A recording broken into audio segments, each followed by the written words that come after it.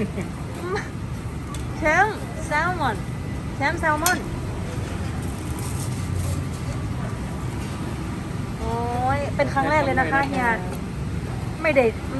ม่ได้รอคิวเนี่ย ตอนที่บ่าย2 โมงอ๋อบ่าย2 โมงใช่ไหมคะ ตอนที่มันเดียวนะ อ๋อเฮ้ยมาเอ็นอาหารแซลมอน เพราะว่าวันเสาร์ศุกร์เสาร์เนี่ยเขาขายของอยู่เราลงมาไม่ได้ อ๋อ เขาหยุดเราก็ลงมาได้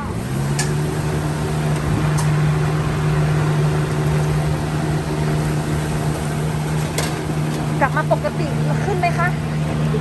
สถานการณ์ขายดีอยู่แล้วเหมือนเดิมเก่งที่สุดร้านนี้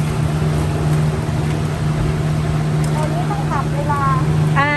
แบบว่ามาแล้วได้เลย เออ ไม่ให้รอเป็นชั่วโมงเป็นก่อน งั้นแต่ก่อนงั้นแสดงว่าศุกร์เสาร์อาทิตย์ขายเหมือนเดิมเย้หนูดีใจจังเลยค่ะ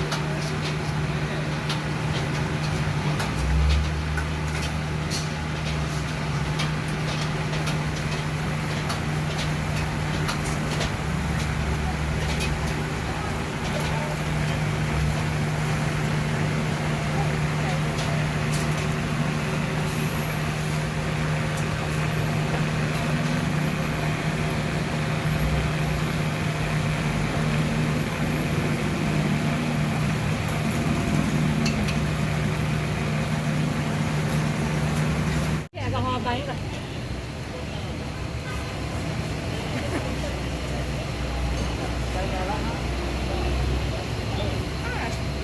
อี